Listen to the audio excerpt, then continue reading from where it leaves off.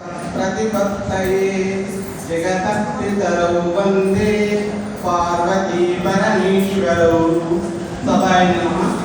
సమయం ఎక్కువ లేదు కాబట్టి ఇక్కడ ముఖ్యంగా చెప్పాల్సిన విషయం ఏంటంటే జాతీయ సాహిత్య పరిషత్ మరియు మా అధ్యక్షుల వారు అతని విషయంలో సంస్కృతం తెలుగు అనేటువంటి ఒక సమస్య వస్తుంది కాబట్టి దాని విషయంలో అడగగానే వారు ఏమన్నారంటే కంపల్సరిగా ఇక్కడ మన దేహానికి రెండు కథలో సంస్కృతము తెలుగు అవసరమే అనేటువంటి చేత ఇక్కడ మనం ఇద్దరం కలిస్తేనే భాష పరిపుష్టంగా ఉంటుంది.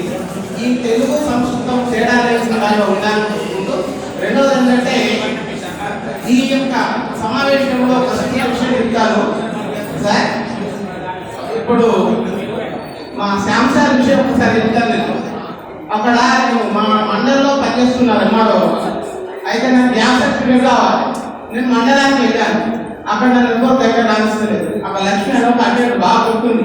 సార్ లోపల చూస్తుండే అంతా పక్కనలో.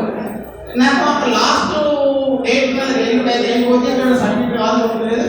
పీజీలో సీట్ చూసాను బాగుంటాను సార్. ఏం కావాలి గ్యాస్ సర్టిఫికేట్ అంటే తొందరగా ఎక్కడంటే ఉస్మానియా